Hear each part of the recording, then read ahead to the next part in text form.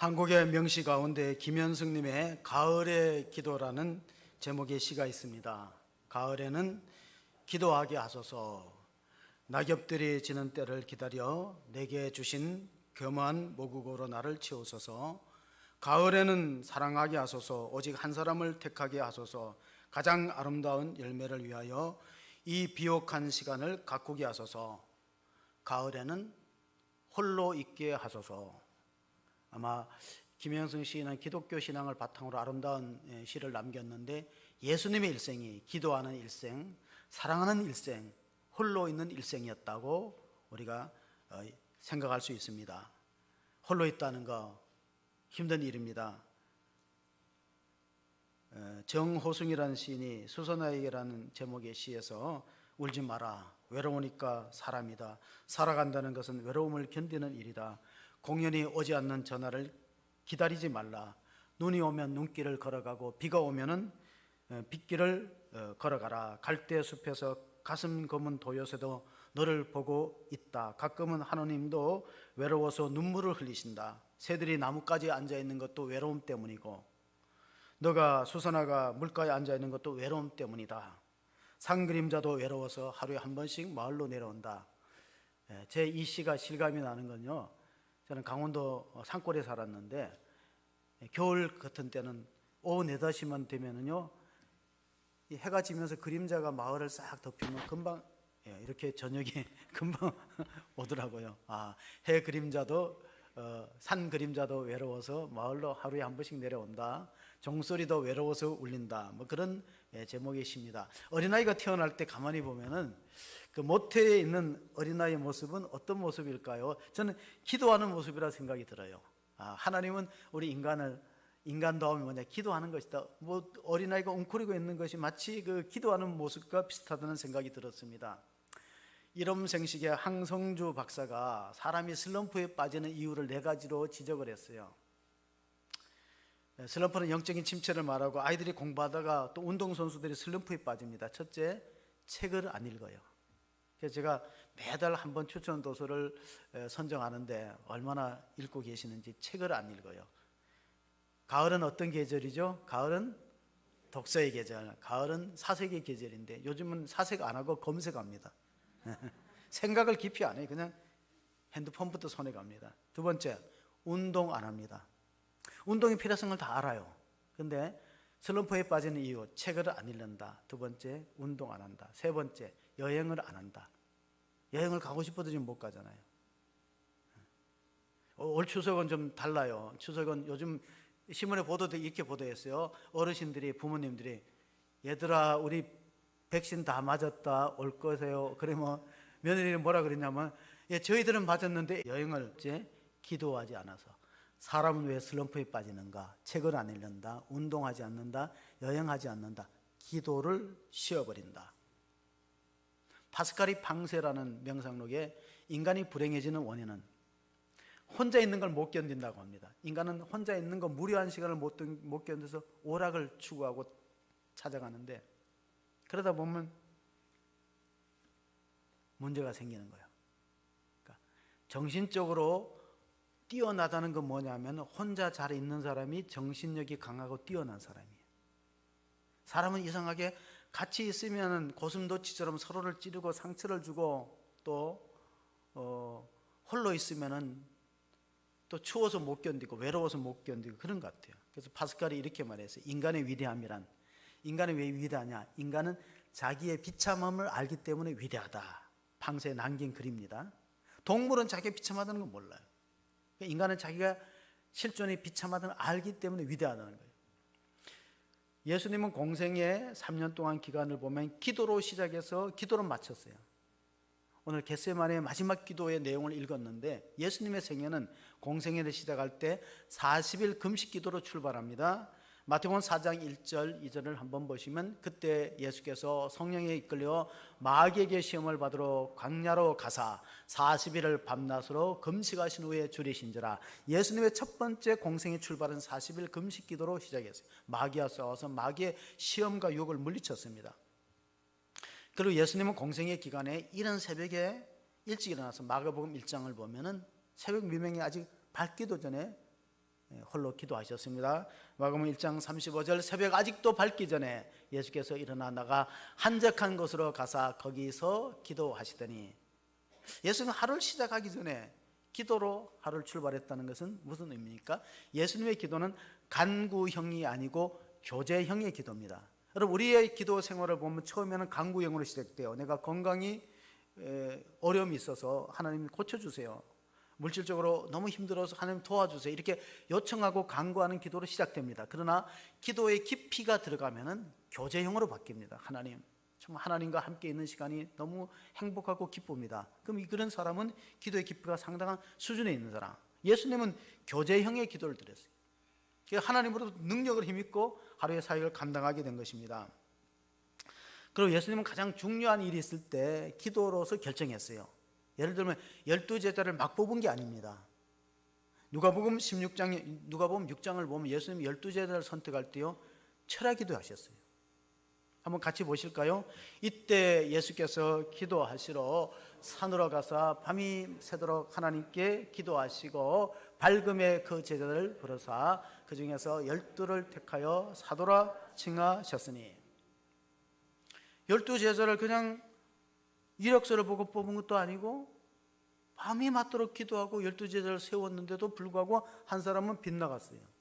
그래서 목회에서 가장 어려운 게 인사예요. 인사. 사람을 세워서 일을 맡기는 거, 인사하는 거, 그것처럼 힘든 게 없어요. 기도해도 결과가 원하는 대로 안 될 때가 있어요. 예수님도 밤이 맞도록 기도하시고 12제자를 세웠는데 한 사람은 실패하지 않았습니까? 오늘 마지막 기도는 뭐냐? 산에 들어가서 겟세마네 동산에서 밤이 맞도록 기도하시는 내용인데, 우리가 39절 40절 본문을 읽어봅니다. 예수께서 나가사 습관을 따라 감람산에 가심에 제자들도 따라갔더니 그곳에 이르러 그들에게 이르실 때 유혹에 빠지지 않게 기도하라 하시고, 그러니까 기도 안 하는 사람이 시험에 걸려 넘어질 확률이 높다는 거예요. 예수님 마지막 겟세마네 동산에서 기도했기 때문에 파스칼은 방세에다가 이런 기록을 남겼어요. 인류는 에덴 동산에서 실패했고 겟세마네 동산에서 승리했다. 인류는 에덴 동산에서 환경이 그래 좋은데도 기도 안 하면 넘어집니다. 하나님의 말씀을 듣지 않고 마귀의 말에 유혹에 넘어가요. 유혹에 빠지지 않도록 깨어 기도하라. 그런데 예수님은 환경이 가장 나쁜 겟세마네는 것은 이스라엘의 감람산에 위치한 동산입니다. 그런데 겟세마네의 뜻이 뭐냐면 기름을 짜다는 뜻이에요. 이스라엘 사람들의 주로 수입원이 뭐냐면 감람나무를 심어가지고 감람나무 열매를 수확하면은 기름을 짜서 내다 팝니다. 그래서 딸을 놓으면은 감람나무를 마당에 심어요. 왜? 시집갈 미천이 되니까. 그래서 이스라엘 지역을 가보니까 감람나무가 정원이나 마당에 많은 집은 부자고 감람나무 숫자가 적으면 가난해요. 주요 수입원인데 감람나무를 어떻게 짜냐? 이런 자연으로 된 돌에다가 열매, 우리로 말하면 어떤 열매라 그러냐면 매실 같은 열매를 갖다 놓고 막 밟아서 기름을 짜는데 그 기름이 무슨 기름이라고요? 네, 그게 올리브유. 이젠 잘 아시네요. 옛날에는 감람이라면 잘 모르는데 지금은 올리브유인데, 세계에서 가장 질 좋은 올리브유가 이스라엘, 그리스, 터키 지역입니다. 그쪽에서 나오는 게 가장 좋은 거예요. 이스라엘, 터키, 그리스 지역. 예수님은 기름을 짜듯이 자신의 헌신의 힘을 기울여서 기도합니다. 시험에 빠지지 않도록 깨어 기도하라. 누가복음 22장에 보면 바로 앞전에 보면 어떤 일이 있었냐면요, 베드로가 예수님을 위해서 옥에도 가고 죽는 데도 가고 막 이렇게 장담을 했을 때, 아니다, 사탄이 너를 흔들어 버리면 우리는 기도하지 않는 사람은 사탄의 시험을 못 이긴다 하고 말씀했는데, 시몬은 베드로를 말합니다. 사탄이 너를 밀가부로 타려고 요구하였으나 그러나 내가 너를 위하여 내 믿음이 떨어지지 않기를 기도하였노니 너는 돌이킨 후에 내 형제들을 굳게 하라. 자, 베드로가 수제자인데 베드로가 실족하면 안 되잖아요. 베드로는 다른 형제들의 믿음을 굳게 세워주기 위해서 주님이 중보기도 하셨다는 거예요. 너는 돌이킨 후에 너가 나를 모른다고 3번 부인할 거다 앞으로는. 그런데 다시 회개하고 돌이킨 후에 교회를 굳게 세워가라 하고 당부하십니다.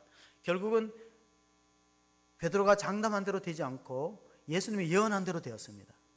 우리가 믿음을 지킬 수 있는 것도 하나님께서 하나님 보좌 우편에서 저와 여러분을 위해서 기도하시는 걸 믿으시기 바랍니다. 베드로의 믿음 떨어지지 않기를 기도했다는 거예요.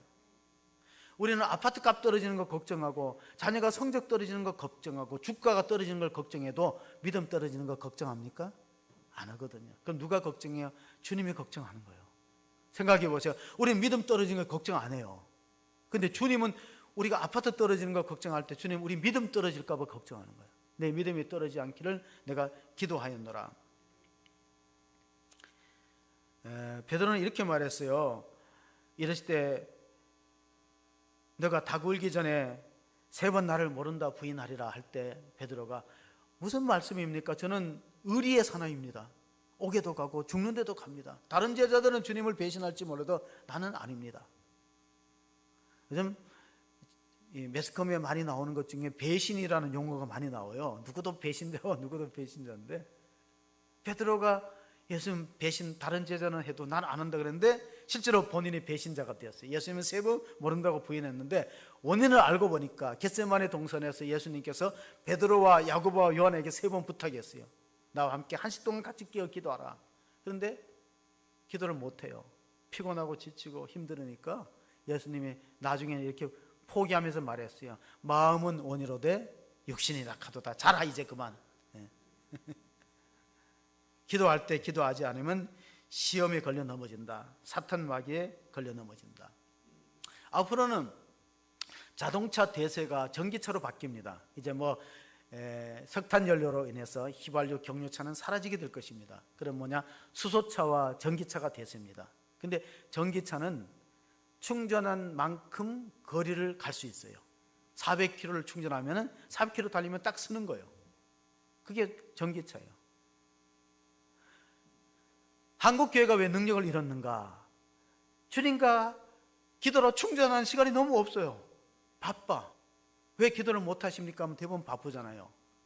자, 정말 이 바쁘다는 게 하나님 앞에 어떤 거리가 되죠?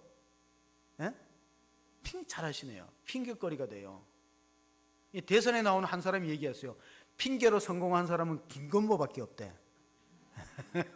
누군지는 한번 신문을 한번 읽어보세요. 핑계로 성공한 사람은 김건모밖에 없대. 우리는 자꾸 하나님께 핑계 댑니다. 바빠서 시간이 없어서 못한다. 근데 가만히 보면은 시간의 주인이 누굽니까? 시간의 타임의 마스터는 하나님이세요. 왜냐하면 생명이 있어야 시간이 있는 거거든요. 하나님이 우리를 불러가 버리면 우리가 쓸 수 있는 시간이 없잖아요. 근데 자꾸 시간이 없다는 말을 반복적으로 하면은 하나님이 정말 시간이 없는 게 뭔지 보여줄까 하면 어떡할까요? 그거 진짜 시간이 없어요. 우리가 죽으면 쓸 시간이 없는 거예요. 하루에 생명을 줬기 때문에 쓸 수 있는 시간이 있죠. 예수님 오늘 기도하실 때 천사가 힘을 더하더라 말이 있어요. 천사는 어떤 존재인가? 히브리서에 보면 천사에 대한 정의가 나옵니다. 히브리서 1장 14절을 보시면은 모든 천사들은 섬기는 영으로 구원받을 상속자들을 위하여 섬기라고 보내심이 아니냐. 그러니까 여러분이 기도하면 누가 힘을 더하고 도와주신다고요? 천사를 보내서 도와주는 거예요. 천사. 그래서 우리 믿는 사람에게 영적인 보디가드는 천사다 하는 걸 믿을 수 있기를 바랍니다. 천사가 여러분을 도와주기 때문에 예수님도 애쓰고 힘써 기도하니 하늘에서 천사 주의 사자가 나와서 도와줬다는 거예요. 그래서 십자가의 시험을 피하지 않고 정면으로 돌파했어요. 오늘 설교 제목이 기도로 돌파라는 거예요. 십자가는 얼마나 무서운 형벌이니까 예수님이 육신적으로는 십자가를 피하고 싶지 않겠습니까? 그런데 십자가에 무거운 짐이 다가오고 있어요. 십자가에 달릴 시간이 가까워진다는 거예요. 때가 참에. 그러면 인간적인 마음은 피하고 싶기 때문에 하나님께 이렇게 기도한 겁니다. 하나님, 할 수만 있거든 이 잔을 내게서 옮기시옵소서. 그러나 나의 원대로 되지 말고 아버지의 원대로 되기를 원하나이다. 그래서 기도의 가장 낮은 수준은 하나님의 힘을 빌려서 내 소원을 이루는 게 가장 낮은 수준이고, 기도의 가장 클라이맥스 절정은 하나님의 소원 앞에 나를 바치는 거, 나를 통해서 하나님 뜻이 이루어지는 거, 그것이 최고의 수준의 기도입니다. 여러분의 기도의 수준은 어디까지 와 있습니까? 동의보감 한의학에서는 사람이 건강하다는 것은 기가 잘 통한다는 뜻으로 해석을 합니다. 우리가 살아가다 보면 기가 막힌다는 일이 생기잖아요. 저는 어릴 때 기가 막힌다는 말이, 어른들의 말이 이 기가 막혀서 잘 안 듣는 걸로 알았어요. 기가. 그런데 알고 보니 그게 아니고 인체의 몸의 기를 말하는 거예요. 기가 막히면은 몸에 고통이 따르는 거예요. 기가 흐르지 않으면 고통이 따르고 병이 따르는 거예요. 그런데 영적으로는 기가 막힐 상황이 왜 생기냐면은 기도가 끊어지면은 기가 막히는 거예요. 기가 막힐 현실들이 다가오는 거예요. 왜? 기도는 영혼의 호흡이기 때문에. 호흡이 끊어졌는데, 생기가 차단됐는데, 기가 막힐 상황들이 생기기 전에 예수님처럼 기도로 돌파할 수 있는 성도가 되시기를 주의 이름으로 축복합니다. 아멘. 히브리서 2장 14절 15절을 보십시다.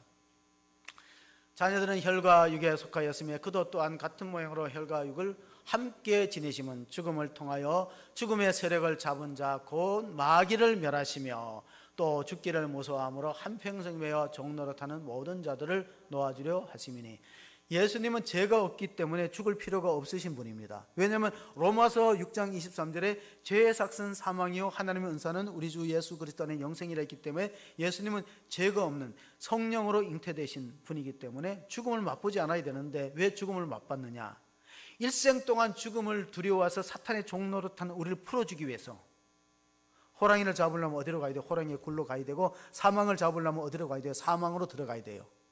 사망에서 부활로 승리하시고 생명으로 나와야 우리를 글로 인도하기 때문에 예수님은 혈과 육에 속해서 우리에게 죽음의 종노릇, 또 마귀의 종노릇, 죄의 종노릇 하는 데서 해방시키기 위해서 친히 죽음을 맛보셨다는 거예요. 그 상황이 지금 맞닥뜨린 상황이에요. 41절, 42절을 보면은 예수님이 그들을 떠나서, 제자들 세 사람을 떠나서 돌 던질 만큼 가서 무릎을 꿇고 기도하여 이랬을 때 아버지여, 만일 아버지의 뜻이거든 이 잔을 내게서 옮기시옵소서. 그러나 내 원대로 마시옵고 아버지의 원대로 되기를 원하나이다 하니. 이게 기도의 클라이막스죠. 조지 트루엣이라는 미국의 설교자는 이런 말을 했어요. 인간의 가장 위대한 지식이 뭐냐? 우리는 오늘 사회를 지식사회라고 그리고 정보화 사회라고 불러요. 인간이 가장 갖는 위대한 최고의 지식은 나를 향한 하나님 뜻을 아는 것이 최고의 지식이라고 그랬어요. 인간이 갖는 위대한 업적은 뭐냐? 인간이 갖는 가장 위대한 업적은 하나님이 나를 향하신 뜻을 이루어 드리는 것이 최대의 업적이에요. 예수님 십자가 죽으실 때 마지막 남긴 말씀이 요한복음에 보면 다 이루셨다, 다 이루었다는 거예요. 요한복음 19장에. 그 뭐냐면 나를 향하는 하나님의 뜻을 이해하고 깨닫고 그 하나님의 뜻을 이루었기 때문에 가장 위대한 성취다. 여러분은 인생을 다 살고 나서 마지막에 이런 생각을 가져야 되냐? 하나님이 나를 이 땅에 보내신 그 일들을, 내게 주신 하나님의 뜻을 다 이루고 왔습니다. 그러면 얼마나 보람 있는 생애가 될까요? 제가 좀 나이가 먹어서 신학을 갔잖아요. 그래서 이제 아내가 상당히 만류했어요. 왜 다니던 회사를 관두고 신학 공부를 하려고 그러냐? 애들도 지금 한창 자라고 있는데. 그래서 하나님의 뜻인 것 같다, 하나님 부르심이 있다 그러니까 하나님이 나를 불렀다는 증거를 보이라 그러잖아요. 이 증거가 어디 있어요? 뭐 진짜 사도 바울처럼 위대한 종이 되어서 사울아 사울아 하고 이렇게 음성을 들은 것도 아니고 환상과 계시를 본 것도 아니고. 그래서 내적 소명이라 했어요. 하나님이 나를 부르셨다. 그래서 이런 생각을 해봐서 하나님이 나한테 억만금을 준다 그래도, 높은 지위와 자리를 약속한다 그래도 나는 이 길을 가고 싶다 그러면 그 부르심의 소망이 증거가 없어. 요즘은 이런 말 합니다. 참 신기하다고. 그게 뭐가 신기하냐니까, 회사 다닐 때는 툭 하면 퇴근해갖고 힘들다, 뭐 때려치우고 싶다 그런 말 하면 안 돼요. 그 지금 고백하더라고. 아내가 뭐라 그러냐면, 당신이 처음 결혼해갖고 툭 하면 퇴근해갖고 막 힘들다, 회사 그만 간두고 싶다 할 때 마음이 굉장히 불안했다는 거예요. 지금 가정이 돼갖고 애들은 크는데 경제를 책임져야 되는 툭하면 회사를 간두고. 여러분 절대 그런 말 하지 마세요. 저는 그랬대요. 근데 나는 잘 기억을 못해. 이상하게 자기가 잘못한 건 잘 기억을 못하더라고. 근데 아내가 그래, 툭 하면은 회사 간두겠다 그래서 굉장히 불안했다는 거예요. 근데 신학을 한 뒤로는 그런 말 안 해서 다행이래. 신기하다는 거예요. 아무리 힘들고 어려워도 내가 괜히 목회를 했다, 뭐 때려치고 싶다 그런 말을 안 하니까 그게 신기하다는 거예요. 그런 부르심이 있다는 거예요. 오늘 우리가 마지막 절을 마가복음에서 읽어보겠습니다. 마가복음 14장 37절 38절 읽어보겠습니다. 돌아오사 제자들이 다는 것을 보시고 베드로에게 말씀하시되 시몬아 자느냐 내가 한 시간도 깨어 있을 수 없더냐 시험에 들지 않게 깨어 기도하라 마음에는 원이로되 육신은 약하도다 하시고 예수님 우리를 이해하세요. 근데 우리가 이걸 자꾸 구실로 삼아서는 안 됩니다. 세계 선교 역사를 보면은 윌리엄 캐리가 인도의 윌리엄 캐리가 그 선교를 해야 된다. 하나님의 뜻이 세계를 선교하는 것이다 하고 했을 때 교계의 어른들이 그 윌리엄 캐리가 젊고 구두 수선공이야. 그 많이 배우지 못하고 우리로 말하면 스펙이 약하니까 일어나는 걸 막 제지하라 그랬어요. 제지하면서 뭐라 그랬냐면은 젊은이 안 깨. 하나님이 뜻하고 계획하시면은 당신 아니라도 세계 선교가 이루어져. 젊은이가 그렇게 나서지 말라고 했을 때 윌리엄 캐리가 이렇게 말했어요. 하나님을 위해서 위대한 일을 기대하라. 하나님을 위해서 위대한 일을 시도하라. 우리의 문제는 뭐냐면은 하나님 뜻을 알아도 이 순종이 잘 안 되는 겁니다. 하나님 뜻을 알긴 알아요. 근데 순종이 안 돼. 어떤 교회에서 제자 훈련을 했는데 제자 훈련을 받는 집사님 가정에 자꾸 부부 다툼이니까 갈등이 있어요. 그래서 불러다가 얘기를 했대요. 어떻게 이 신앙생활을 하면서 자꾸 부부 사이가 싸우고 자꾸 다투냐. 그래서 어떻게 하면 안 싸울 수 있는 방법을 아냐. 그러니까 안 돼요. 내가 죽으면 된대. 다 알아. 근데 지가 안 죽으니까 문제. 내가 죽으면 된대. 내가 죽어야지요. 그래. 안 죽어요. yar랑한 자존심 체면이 있기 때문에 자꾸 다툼과 싸움이 일어나지 않습니까? 평화의 길이 참 쉬운 길이 아닌 것 같아요. 자, 어제가 무슨 날이 나면은 9월 13일? 11일이죠. 내일이 13일이죠. 9월 11일은 어떤 날인가요? 9.11 테러가 일어난 지가 몇 년? 20주년. 그래서 뭐 미국에서 뭐 기념식도 하고 그랬는데 9.11 테러 전에 이 중동 평화 이게 결국은 이제 중동과 팔레스타인 지역하고 미국과의 관계인데 우리가 3.1 만세 운동을 불렀던 해가 몇 년 전이죠? 1919년도 3월 1일이에요. 그 해에 어떤 일이 있었냐면요. 파리에서 평화회담이 있어요. 중동 아랍 진영의 대표들하고 이 서방 세계 대표들이 중동의 평화를 위해서 회의를 가졌을 때가 1919년 파리 평화회의예요. 그때 중동의 의전을 담당했던 사람이 토머스 에드워드 로렌스인데 그 사람의 일대기가 영화로 만들어졌어요. 오래전에 아라비아의 로렌스라는 거 기억하세요? 그 로렌스라는 사람이 영국 옥스퍼드 대학교를 나오고 고고학자고 또 군인 장교였어요. 이게 아랍어를 잘해갖고 중동말을 잘해갖고 중동의 평화를 만들기 위해서 의전을 담당하고 아랍 대표들 다 프랑스 파리 평화회담 호텔에서 최고 좋은 호텔에서 묵게 하고 에펠탑도 구경시키고 루브르 박물관도 견학했는데 그 아랍 진영의 지도자들이 관심을 갖는 것은 호텔 목욕탕이에요. 왜 호텔 목욕탕이냐면 중동은 물이 없어서 고통스러운 나라인데 기름은 있어도 물이 없는 나라인데 이상하게 호텔의 목욕탕에 수도꼭지 벽에 있는 수도꼭지를 틀면 물이 찰찰 나오거든.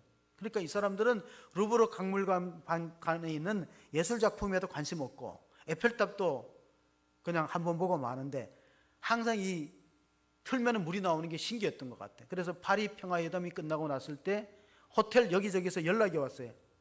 토머스 에드워드 로렌스 박사한테 연락이 와서 큰일 났다고. 왜 그러냐니까 당신이 의전을 담당하고 있는 여기 와보라고 지금 난리 났다고. 왜냐니까 아랍 진영의 국가의 지도자들이 호텔에 있는 수도꼭지를 다 빼는 거예요. 왜? 이걸 가서 자기네 집에다가 박으면은 물이 줄줄 나오는 줄로 착각하는 거예요.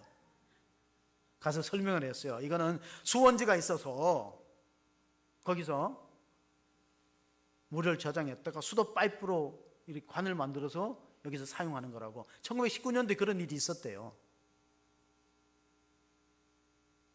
사도 바울이 믿음의 아들 디모데에게 경건의 모양은 있으나 경건의 능력이 있는 사람들 가까이 하지 말라 그랬는데, 한국교회가 기도라는 어떤 형식은 있어도 하나님과 접속되어서 하나님이 갖고 있는 그런 무한한 축복과 은혜의 저수지를 끌어들이지 못하는, 수도꼭지만 달랑 달고 다니지 않는가를 점검해 볼 필요가 있는데, 예레미야 선지자가 그 당시 이스라엘 백성들을 위해서 두 가지를 지적했어요. 예레미야서 2장 13절 한번 보시겠습니다. 예레미야서 2장, 이 백성이, 이스라엘 백성들이 두 가지 악을 행하였느니, 하나는 생수에 근원되는 하나님을 버린 것과 또 하나는 물을 저축지 못한 터진 웅덩이를 만들었다. 이게 예레미야서 2장 13절에 예레미야 선지자가 탄식한 내용입니다.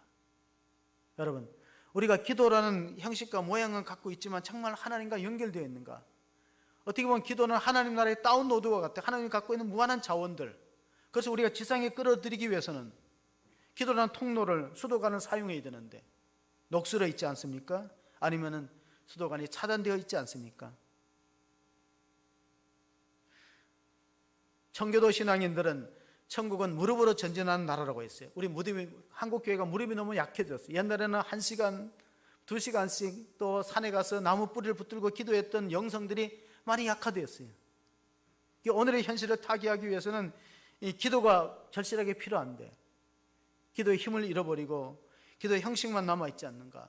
그래서 우리가 본문의 33절, 34절을 한번 보시면은 그런 내용이 기록되어 있습니다. 22장, 누가복음 22장 43절, 44절 읽어보겠습니다. 천사가 하늘로부터 예수께 나와 힘을 더하더라. 예수께서 힘쓰고 애써 더욱 간절히 기도하시니 땀이 땅에 떨어지는 핏방울 같이 되었더라. 그렇습니다. 예수님은 육신적으로 너무 힘든 상황 속에 놓여 있어서 정말 이 잔을 내가 마셔야 됩니까? 아니면은 하나님 뜻이 아니면 빨리 피할 길을 주세요. 예레미야 선지자가 생수에 근원되는 하나님을 버린 것이 이 백성이 저지른 죄악이다. 하나님과 떠나고 하나님과 분리되었다는 건 얼마나 안타까운 일입니까? 사람은 나이가 먹으면 무릎이 자연적으로 약해집니다. 그래서 그걸 이제 퇴행성이라고 부르는데, 제가 예전에는 새벽기도 끝나고 무릎을 꿇고 1시간 있어도 통증이 없었는데 한 2, 3년 전부터는 왼쪽 무릎에 자꾸 통증이 생기는데 잘 없어지지 않아요. 아, 이게 퇴행성이구나. 그래서 처음에는 무릎을 못 굽혔다가 요즘은 감사하게 그래도 한 30분은 무릎을 꿇고 또 책상 다리하고 이렇게 번갈아 가면서 기도하는데, 여러분, 우리가 하나님의 뜻을 알기 위해서도 기도해야 되지만 순종하기 위해서도 기도해야 돼요. 하나님의 뜻을 알아도 자기를 이기는 길은, 자기를 꺾는 길은 기도밖에 없습니다. 왜냐하면 자기를 못 꺾어요. 결심과 의지만으로 베드로가 자기를 못 꺾었거든요. 결심과 의지만 갖고 하나님 뜻을 이루기는 너무나 우리의 연약성이 심각하기 때문에 기도의 무릎을 꺾을 때 자기 뜻을 꺾는다. 우리가 요나의 예를 들어보면 요나는 하나님의 뜻이 니느웨 백성들을 가서 외쳐서 해결시키고 구원하라 그랬어요. 근데 반대 방향 다시스로 갑니다. 이럴 때 큰 풍랑을 만나게 되죠. 하나님의 뜻을 알고도 반대길로 가면 풍랑을 만나는 것입니다. 그런데 대부분의 경우는 모르고 역행을 할 때는 하나님이 좀 눈 감아 주세요. 모르고 하나님 뜻인 걸 모르기 때문에 우리가 어리석어서 하나님 뜻을 역행하면은 그나마 기회를 주는데, 요나서는 반대로 하나님 뜻인 걸 알았어요. 기도하다가 하나님이 너는 니느웨 성으로 가서 외치라 그러니까 요나가 가지 않은 이유가 뭡니까? 니느웨는 아수르 제국의 수도인데 아수르는 이스라엘 괴롭히는 원수예요. 우리로 말하면 일본 가서 선교하라는 뜻이에요. 그러니까 민족 감정 때문에 안 간 거죠. 그러다가 바다에서 큰 풍랑을 만나는 거예요. 하나님의 뜻을 알고도 안 하면은 풍랑을 만난다. 인생에 큰 풍파를 겪게 된다. 예수님은 보니까 하나님 뜻이라고 확인되니까 죽기까지 순종하셨다. 빌립보서 2장 8절 9절을 보시면 사람의 모양으로 나타나서 자기를 낮추시고 죽기까지 복종하셨으니 곧 십자가에 죽으심이라. 이러므로 하나님이 그를 지극히 높여 모든 이름 위에 뛰어난 이름을 주사 모든 사람의 무릎을 예수의 이름 앞에 꿇게 하고 예수를 주라 신하여 하나님 앞에 영광을 돌리게 하셨다. 예수님의 기도는 영적인 전투와 같습니다. 기도는 무전기인데 하나님 나라에서 신호를 보내서 우리를 도와달라는 무전기잖아요. 전쟁이 일어나면은 적군이 노리는 것이 지휘관하고 무전병입니다. 그러니까 교회로 말하면 담임 목사를 노리고 기도하는 사람을 노린다고 보면 돼요. 그 사람들을 쓰러뜨려야 돼요. 영적 전쟁에서 사탄이 이기려면은. 사탄이 우는 사자처럼 삼킬 자를 찾느라고 교회에 돌아다니면서 수많은 사람이 넘어뜨리고 있어요. 믿음의 길에서 실족하고 하나님과 떠나 있어요. 그런데 그 중에서도 영적 전쟁이 일어나면 가장 먼저 지휘관을 쓰러뜨려야 돼요. 그래 지휘체계가 무너져야 되죠. 그 다음에 두 번째는 무전병을 쓰러뜨려서 지원을 못 받게 해야 되는 거예요. 다른 이제 군대의 지원을 못 받고 또 보급로를 차단하기 위해서는 무전병을 죽여야 돼요. 그러니까 기도하는 사람들을 노리는 거예요. 기도하다가 안 하는 사람들 있죠. 끝까지 기도하시기를 바랍니다. 기도하다가 넘어지지 마세요. 아, 이거는 내 뜻이 아니고 마귀의 전략에 넘어졌구나. 사행시 가운데 이런 것도 있어요. 중심에 예수 그리스도를 주로 모시고 앙칼지게 덤벼드는 사탄을 쳐서 물리치자. 아, 그래서 이걸 상을 줘야 될까 말아야 될까. 멋지잖아요. 저도 사행시를 쓰려고 보니까요, 앙자가 어렵더라고. 앙. 그래서 앙에 대해서 굉장히 앙상불이라는 단어도 나오고, 앙에 대해서 어떤 성계 이름도 사투리로 앙이 나오고. 그래서 아무튼 우리를 넘어뜨리려는 세력이 있다는 걸 알고 영적 싸움에서 승리하기 위해서는 교회가 합심해 기도해야 됩니다. 한 사람이 기도하는 게 아니라, 초대교회가 박해가 닥칠 때 첫 번째 순교자가 사도행전 12장에 보니까 야고보 사도입니다. 요한의 형제 야고보가 첫 번째 순교자입니다. 12제자 가운데 맨 처음 순교자는 야고보고, 끝까지 살아남은 사람은 야고보의 형제 요한이에요. 두 형제인데 길이 달라. 하나님이 뜻하시는 계획이 우리가 생각하는 계획과 다를 수 있어요. 자, 야고보가 칼로 순교하고 나서 이제 두 번째 잡힌 사람이 베드로입니다. 베드로를 잡아놓고 6월절이 지나면 바로 처형하려고 준비하고 있습니다. 헤롯이. 사도행전 12장 4절 5절을 보시면은 잡음에 옥에 가두어 군인 내식인 내 패에 맡겨 지키고 6월절 후에 백성 앞에 끌어내고자 하더라. 이에 베드로는 옥에 갇혔고 교회는 그를 위하여 간절히 하나님께 기도하더라. 여러분, 베드로 한 사람이 나이가 좀 들었는데 베드로 한 사람 죽이려고 4명씩 네 표로 보초를 세워서 몇 명 세웠어요? 파수병을 16명 세운 거예요. 아이고. 그런데도 감옥의 첫째 문, 둘째 문을 다 천사가 데리고 나서 통과하고 자유의 몸으로 풀려나오는 기적이 왜 일어났는가?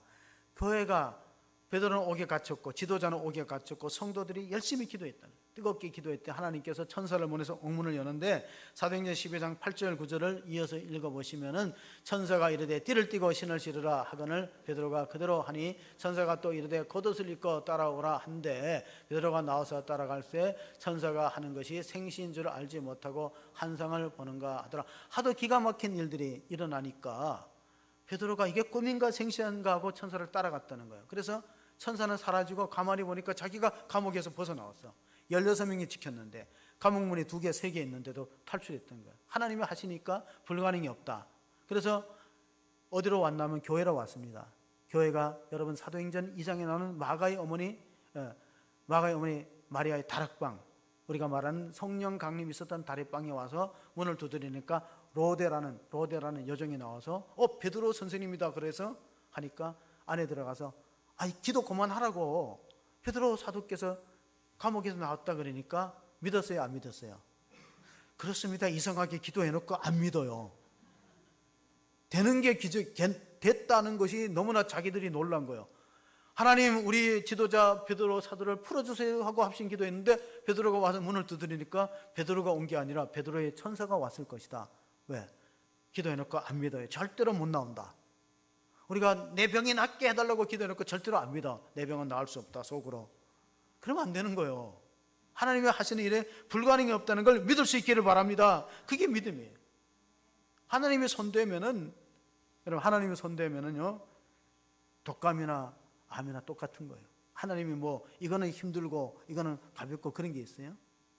기적은 또 16장에도 일어납니다.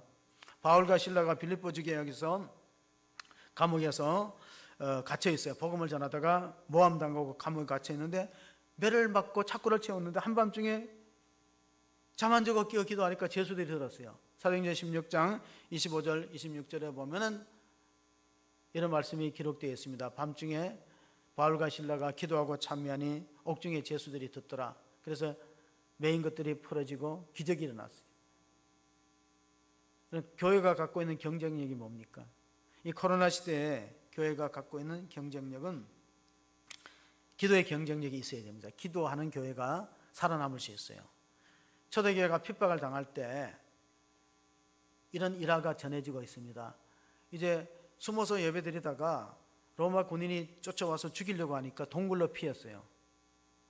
그러니까 로마 파수병들이 동굴까지 수색하다가 여기 들어가서 혹시 기독교인들이 숨어서 있는지 체포해서 감옥이나 또는 사형장으로 끌어가려고 할 때 지휘관이 가만히 보니까요, 감옥 입구에 거미줄이 있는 거예요.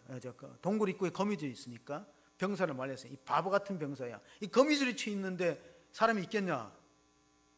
거미줄이 있으니까 사람이 없는 거지. 사람이 출입을 하면 거미줄이 끊어지지. 거기는 뒤질 필요 없어. 가자 그랬어요. 그런데 그 거미줄이 기독교인들이 들어가고 나서 거미가 와서 금방 쳤던 거미줄인데 그것 때문에 살아난 거죠. 그래서 이런 일화들이, 초대교회 일화들이 채플 시간에, 유럽의 채플 시간에 어떤 목사님 와서 설교를 했어요. 여러분, 우리 초대교회는 이런 기적 같은 일들이 있어서 목숨을 구했습니다 하니까 대학생이, 지성이 날카로운 그런 대학생이 끝나고 나서, 목사님 그 말도 안 되는 소리죠. 거미가 뭘 알고 쳤겠어요? 우연히 쳤겠지. 우연히 그렇게 쳐서 목숨을 구한 거지 그 기도했다고 그런 일이 있냐 그러니까, 여보게, 우연일 수도 있어. 그러나 기도 안 하면 그런 우연은 안 생겨. 기도 안 하면 그런 우연은 안 생긴다는 겁니다. 하나님의 세계는 모든 것이 필연이고 하나님의 계획과 섭리임을 믿으시기 바랍니다. 교회가 코로나 시대에 이르려면 기도의 경쟁력이 있어야 되고, 두 번째는 말씀의 경쟁력을 갖추어야 돼요. 왜냐하면 지금은 예배를 못 드리니까 유튜브 전성시대예요. 그래서 어떤 교회는요, 자기네 교인보다가 유튜브 조회수가 더 많아요. 지금 전에는 가장 큰 교회라고 자랑했던 교회들보다가 중형 교회가 그 유명한 그 목사님들, 설교 잘하는 목사님들 유튜브 조회수가 더 높다니까요. 그런 시대예요. 이제 말씀이 경쟁력이 되는 시대.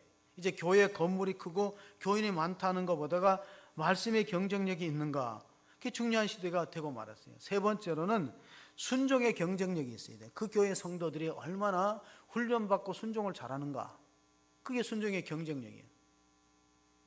네 번째는 바로 찬송과 감사의 경쟁력이 있는가. 바울과 실라가 원망해야 되잖아요. 하나님, 내가 주님을 위해서 일했는데 내가 감옥에 갇혔습니다. 매를 맞았습니다. 억울합니다. 분합니다. 그러지 않고 감사 찬송했더니 기적이 일어났던 거예요. 여러분 삶에서 얼마나 찬송이 회복되고 감사가 있는가. 어떻게 보면은 감사라는, 찬송이라는 것은 곡조가 붙은 기도예요. 마틴 루터가 종교개혁을 하다가 너무 힘들어갖고 밤에 잠이 안 왔대요. 그래서 불안해하고 잠이 안 오고, 자, 이 종교개혁이 하나님의 뜻인가, 내가 여기서 포기해야 되는가. 교국 카톨릭에서는 루터를 제거하려고 암살 계획까지 생기고, 그런 상황 속에서 잠을 이루지 못하면서 시편 말씀을 기억했대요. 내가 산을 향하여 눈을 들리라. 나의 도움이 어디서 올까? 나의 도움이 천지를 지으신 여호와이소로다.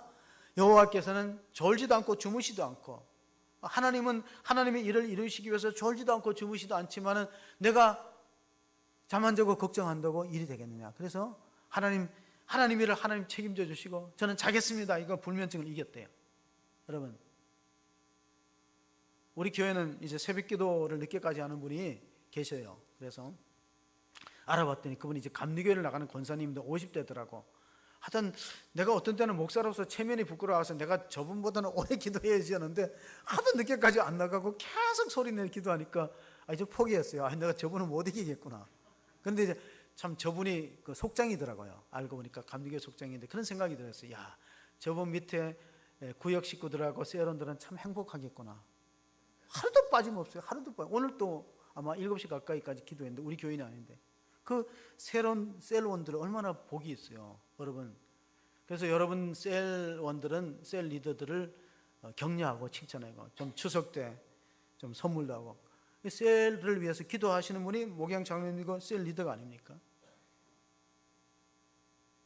우리가 하나님 앞에 어떤 자세를 갖고 신앙생활해야 될까요? 초대교회는요, 문제가 생길 때 합심해서 기도했어요. 뭔가 위원회를 조직하거나 회의를 한 게 아니고 기도로 돌파했다는 거예요. 우리 오늘 새벽기도 때 읽었던 것이 마태복음 17장인데 20절 다음에 21절이 없다고 나와 있어요. 그 21절 없다고 그랬는데 밑에 조그만 글씨로 간주가 나오기를 금식과 기도 외에 이런 주가 나갈 수 없다고 했어요.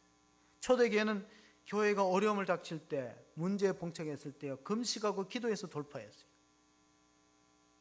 기도를 즐거워했던 거예요. 제가 우리 큰애가 해병대에서 지원해서 있을 때 와서 좀 강연을 해달라는 요청을 받아요. 그래서 강화도까지 이제 운전을 해서 가서 장병들이 뭐 이렇게 모였더라고. 그래서 제가 이런 말을 했어요. 그러니까 이 정신 교육을 위해서 한번 이렇게 이제 큰애 아버지가 이제 목사라는 직책을 갖고 있으니 좀 해병대 장병들 좀 정신 교육을 해달라고 불러갖고 제가 다 기억은 안 나는데 이런 얘기를 했어요. 피할 수 없거든 즐겨라. 어차피 뭐 군대 그때 2년에 피할 수 없거든 즐겨라. 근데 사실 그건 제가 한 말이 아니에요. 프리드리히 니츠라는 무신론자가 운명을 피할 수 없거든 운명을 사랑하라. 그래서 생긴 노래가 아모르 파티. 아모르 파티는 라틴 말로 운명을 사랑하라. 너의 운명을 사랑하라. 피할 수 없거든 즐겨라. 우리가 기도라는 피할 수 없는 하나님 주신 명령이 있다면 쉬지 말고 기도하라면 즐겨야 되는데 이걸 부담으로 느껴요. 이게 힘들죠. 여러분, 모든 일이 익숙하기 전에 다 힘들어요. 수영도 처음에 힘들고 자전거도 힘들고 다 힘들어요. 그러나 어느 정도 되면 즐기잖아요. 다윗은 기도를 즐겨서 인생을 승리로 이끌었어요. 다윗이라고 역경이 왜 웃겠어요? 시편 37편 4절에 보면 다윗이 이런 고백을 합니다. 또 여호와를 기뻐하라. 그가 내 마음에 소원을 이루어 주시리로다. 그렇습니다. 우리는 마음의 소원을 이루어주면 그 다음에 기뻐한다 그러니까 어려운 거예요. 하나님을 기뻐하고 기도를 즐거워하면 그 다음에 소원이 이루어지는데 역순으로 하거든요. 하나님 내 소원을 이루어 주세요. 그러니까 낮은 단계의 신앙은 하나님의 힘을 빌려서 내 소원을 이루는 것이고 높은 신앙의 단계는 하나님이 기쁨이 되면 내가 하나님 앞에 내 자신을 헌신하고 드리겠습니다. 예레미야 선지자가 하나님의 본심의 뜻을 이렇게 해석했습니다. 하나님 우리에게 재앙을 주기를 원하지 않는다. 하나님 우리에게 평안을 주기를 원한다. 예레미야서 끝으로 29장을 한번 읽어봅니다. 여호와의 말씀이니라. 너희를 향한 나의 생각을 내가 아느니 평안이요 재앙이 아니니라. 너희에게 미래와 희망을 주는 것이니라. 22절 너희는 내게 부르짖으며 내게 와서 기도하면 내가 너희들의 기도를 들을 것이요. 여러분, 우리가 기도하면 하나님이 다 들으시고 응답하시는 줄 믿으시기 바랍니다. 사도 바울이 자기 육체의 가시 질병을 고쳐달라고 하나님께 3번 기도했는데 응답이 안 됐다. 그런데 결과적으로 응답이 안 된 것이 아니라 다른 방법으로 응답하신 거예요. 내가 약할 때 곧 강함이라. 너가 이 육체의 가시 질병마저 없다면 얼마나 교만했겠느냐. 교만하면 은혜를 쏟아버리고 하나님으로부터 계속 쓰임받을 수 없기 때문에 어떻게 보면 영적인 제동장치와 같아. 중국의 워치만 일하는 전도자는요, 젊은 시절에 몸이 아팠어요. 질병으로 늘 시달리면서 대학생활 때부터 몸이 안 좋아서 하나님께 이렇게 기도했다. 하나님, 내가 복음을 전하고 싶은데, 주의를 하고 싶은데 건강에 문제가 있습니다. 이 질병을 내게서 떠나게 해주세요. 기도했더니 꿈의 환상 중에 하나님이 이런 환상을 꿈에 보여줬어요. 양자강을 배로 건너는데 건너다 보니까 여기저기 암초가 발견되는 거예요. 그래서 여기저기서 피해서 가다가 보니까 전도할 시간이 줄어들어요. 하나님, 이 암초만 없으면, 암초만 제거해 주면, 그러니까 빠른 시간에 육지로 가서 이 양자강을 건너서 내가 하나님의 복음을 마음껏 전할 수 있는데, 그 깨보니까 하나님 음성이 들려오기를, 그 꿈속에 들려오기를 이런 음성이 들려와서 사랑하는 종아, 암초를 제거해 줄까? 바다의 수면을 높여줄까? 여러분 같으면 어떤 걸 선택하겠어요? 암초를 없애도 또 다른 암초가 나타나요. 하나님, 바다의 수면을 높여주세요. 수면이 높아져 버리니까 바위돌들이 다 수면 밑으로 가라앉는 거예요. 우리 신앙생활에 암초들이 많아요. 건강에 문제가 있죠. 주의를 하고 싶어도 몸이 안 따라주는 사람. 경제적인 문제가 있죠. 사람들 간의 갈등과 상처가 있죠. 원치만 얘는 그 기도 꿈꾸고 나서는 몸 때문에 몸이 아파서 복음을 전도하지 못한 적이 없고 질병의 장애를 뛰어넘었대요. 그러니까 우리가 여러 가지 현실적인 암초에 걸려 있어요. 건강이 걸려 있는 사람이 있고 질병 때문에 사람과의 관계, 물질. 그러면은 수면을 높이면 돼. 하나님 내 은혜가 내게 족하다는 바울의 응답처럼 여러분의 영적인 수면을 높일 수 있기를 바랍니다. 은혜의 수위가 높아지고 기도의 수준이 높아지면은 나머지는 다 밑으로 가라앉는 거예요. 하나님 내 믿음의 수준을 높여주세요. 내 기도의 수위를 높여주셔서 내 삶의 장애물이 되고 내 신앙생활의 걸림돌이 되는 것들을 다 제거하시고 하나님의 은혜의 바다를 향해서 나가서 난가를 돌파할 수 있는 그런 승리하는 믿음을 주옵소서. 함께 기도하는 성도들이 되시기를 주의 이름으로 축원합니다. 아멘. 하나님 아버지 감사합니다. 오늘 이렇게 코로나의 상황 속에서도 하나님 앞에 예배드리는 성도들과 기도하는 백성을 주시니 감사합니다. 너는 내게 부르짖으라. 내가 내게 응답하겠고 내가 알지 못하는 크고 비밀한 일을 내게 보여주려고 약속해 주었습니다. 사단이 밀가부로도 우리를 흔들고 넘어뜨리려고 하지만 우리는 넘어진 김에 엎드려서 하나님께 기도하는 역전의 승리를 경험할 수 있도록 도와 주시옵소서. 기도와 금식 외에는 이런 주가 나갈 수 없다고 하나님 기적의 교회를 만들어 주시옵소서. 성도들이 여러 가지 걸림돌에 암초에 걸려서 고통당하는 질병과 상처와 공핍과 외로움과 소외와 또 배신과 억울함과 그런 하나님 그런 우리 신앙생활의 장애물을 딛는 난간을 돌파할 수 있는 넉넉한 믿음을 저희들에게 허락하시고 기도로서 이 모든 것을 이겨내고 나의 원대로 되지 마옵시고 아버지의 원대로 되기를 원하나이다는 자세를 가지고 하나님 뜻 앞에 순종하는 믿음의 백성으로 세워주시옵소서. 우리 구주 예수 그리스도의 이름으로 기도하옵나이다. 아멘.